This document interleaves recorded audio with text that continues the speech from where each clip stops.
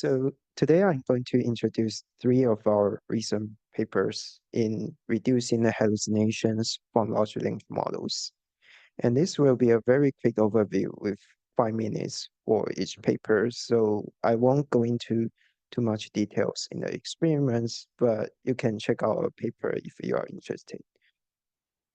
So the first paper is called DoLa. It's a very simple training-free method to reduce hallucinations in language model decoding.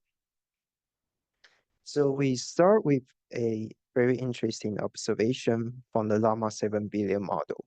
We asked the model a question: who was the first Nigerian to win a Nobel Prize in which year? And the model answered with Wong Soika was the first Nigerian to win the Nobel Prize in 1986. So we are interested in how the model's predictions change along different transformer layers.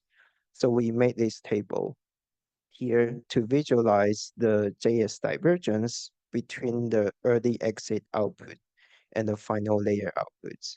So each of the rows in this table shows one of the early layer, and each of the columns in this table shows one of the output tokens. And you can see in the middle part of this table, there are so many uh, numbers close to zero, which means in these layers, the early layer prediction is actually almost identical to the final layer prediction. So you get a very small JS divergence here. And if so, it indicates that the predictions are already determined in the middle layer of the transformer. And when you look at the other part of the table, you will see there are still very large values for JS divergence in these two different areas. So this means the model are still trying very hard to change the prediction in these higher parts of the layers. And if you look at the corresponding tokens in the response, you will see these two regions are corresponding to the person's name and the year number. So it means that when the model are predicting these important tokens related to the factual informations, the higher parts of the layers are working much harder. But in the middle of the response, the higher layers are actually doing nothing. They become very lazy. They just keep the same prediction to be passed to the final layer. So this observation is also consistent with some of the prior studies. They show that there are many knowledge neurons distributed in the higher part of the transformer layers. They are related to the factual knowledge. So we have a very naive idea. If we can contrast the layers between and after these important layers that are related to the factual knowledge, maybe we can amplify this factual knowledge inside these important layers and finally make the model predictions more factual. So here is an example of how our method works. So we have an input question here: where's the capital of Washington States? And a very naive answer is Seattle, but the actual answer is Olympia. So if you only look at the final layer prediction, you may think that Seattle is a good answer. But if we also look at the early layer predictions, you will find that Olympia has its probability keep increasing along different transformer layers, while Seattle always keep the same probability over different layers. So based on this, you should believe that Olympia is a better answer. And if you can contrast the final layer prediction with the early layer prediction, you are actually doing the same thing. You can amplify the uh, probability of the Olympia and decrease the probability of Seattle. So mathematically, we just do a very simple subtraction. We subtract the early layer prediction from the final layer prediction in the log domain. And the selection of the early layer is just by maximizing the JS divergence. We pick the layer that can maximize the JS divergence. And we only do this operation on the set of tokens that have high enough probability in the output distribution. So a quick overview to the main experiment results.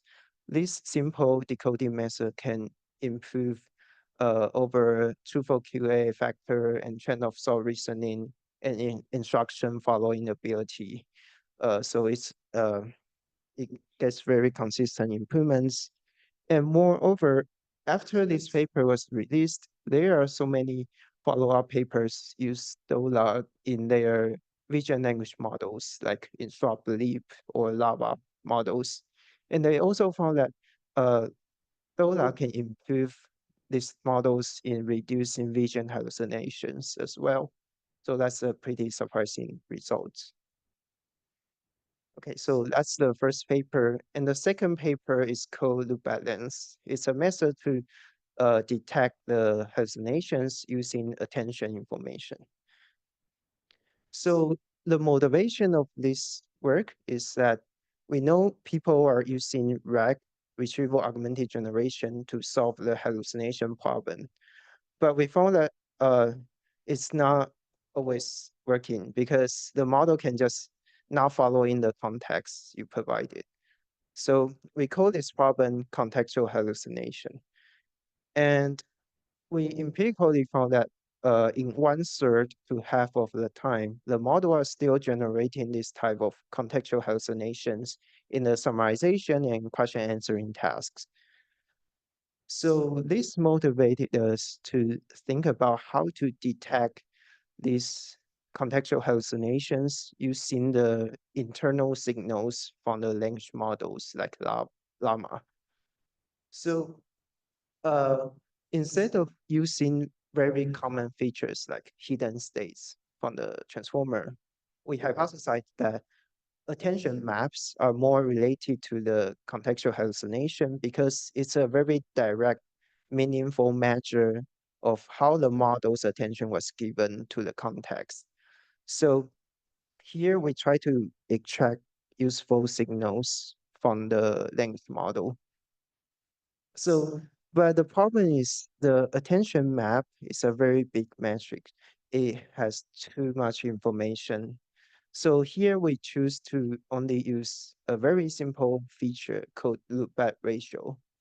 So this ratio means the ratio between the attention given to the context versus the attention given to the newly generated tokens. So we can calculate this loopback ratio for all the attention heads in all the transformer layers. So we will get a feature vectors. And we can calculate this feature vector for all the different tokens in the span we interested. So and then we average them into a single vector again, and then fit into a linear classifier to predict if this span contains any contextual hallucination. So we first experiment with the hidden state-based classifier, and we found that this classifier can overfit the data effectively. It can achieve almost 100% accuracy on the in-domain test data. But when you transfer to another task, the performance drops significantly. And on the other hand, our loopback lens method didn't achieve 100% accuracy on the in-domain data, but it transferred better when generalized to another task. So this result indicates that although our method didn't use any semantic informations like hidden states, we only use the attention maps. But this method is already a very good, very strong method to detect this contextual hallucination. And finally, a very practical use of loopback lens is to guide the language model decoding. So we use the language model to decode multiple candidates for a given trunk size. and then do a re-ranking using our loop balance. So you will see that the red text here means uh, the text with hallucinations, and the loop balance will assign a lower score to these candidates. So if you always choose the candidates with higher scores, you will finally get a better result.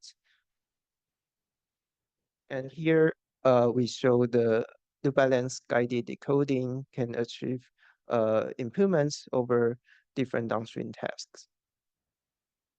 Okay, so that's the second paper, the balance.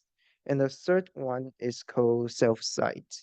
So in SelfCite, we try to solve the hallucination problem from another angle because we know that it seems not possible to remove all the hallucinations from language models.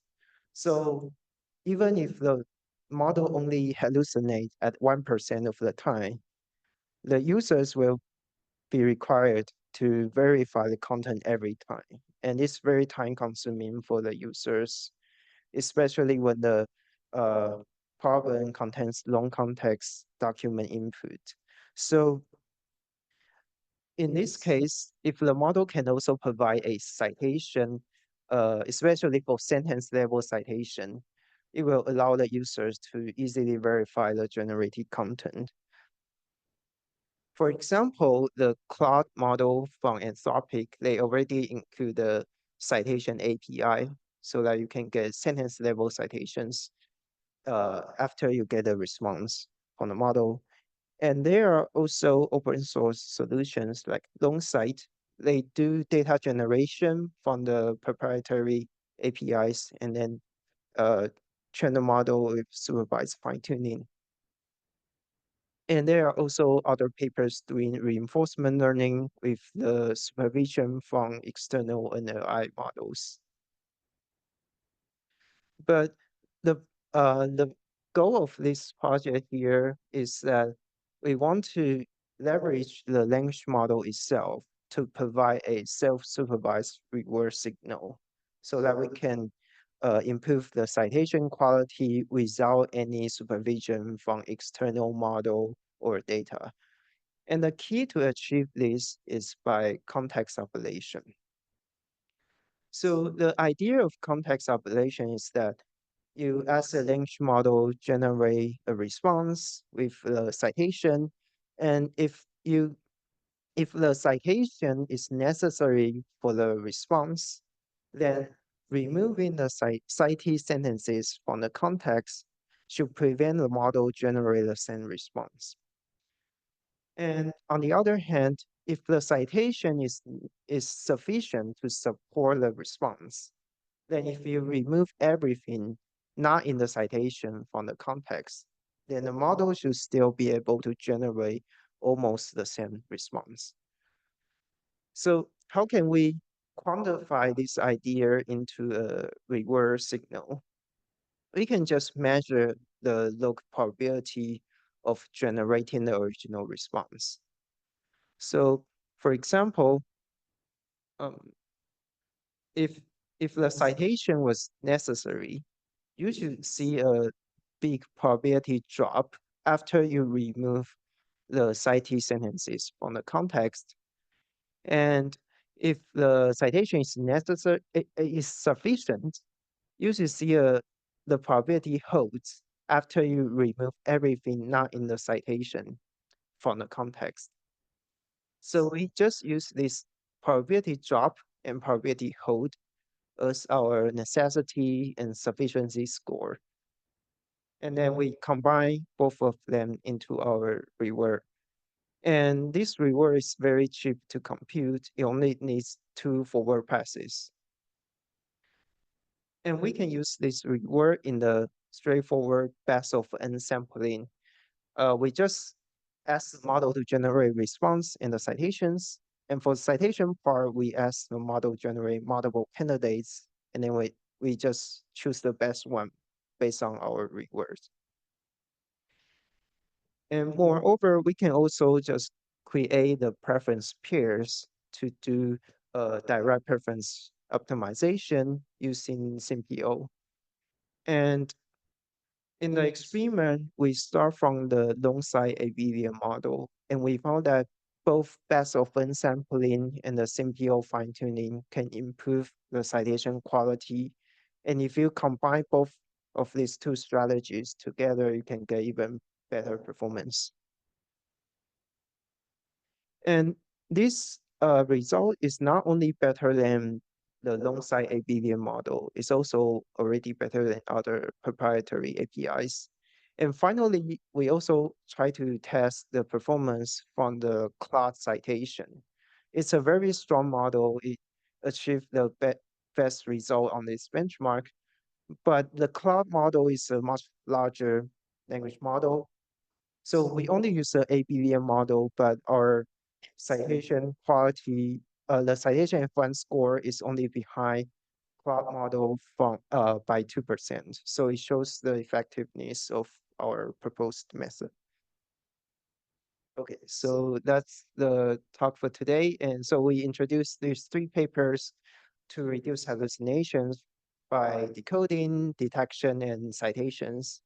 And please check our paper if you're interested, and I will be happy to take any questions.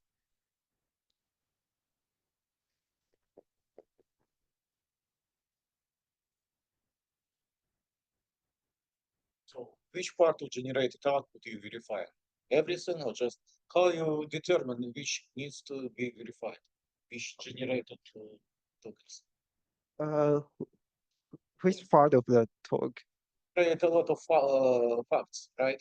Oh, Do yeah. you verify everything, every like noun phrase or every number, or what is it that you need to verify?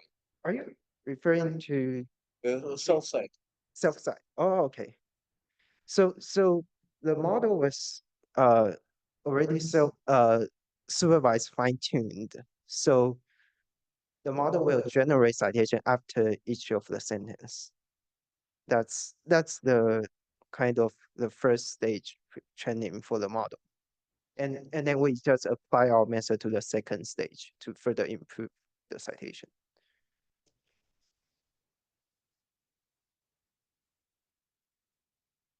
So basically everything. Hmm? Everything, the whole generated text, everything is verified. Everything is related to the input data. Every, You relate everything to the input to ground truth, right? sorry. Sorry, it's my problem. Yeah, basically, if you say something beyond made 100 million, do you verify it's just the number 100 million? Do you verify that billions is like billions? You know, you generate a lot of stuff, right?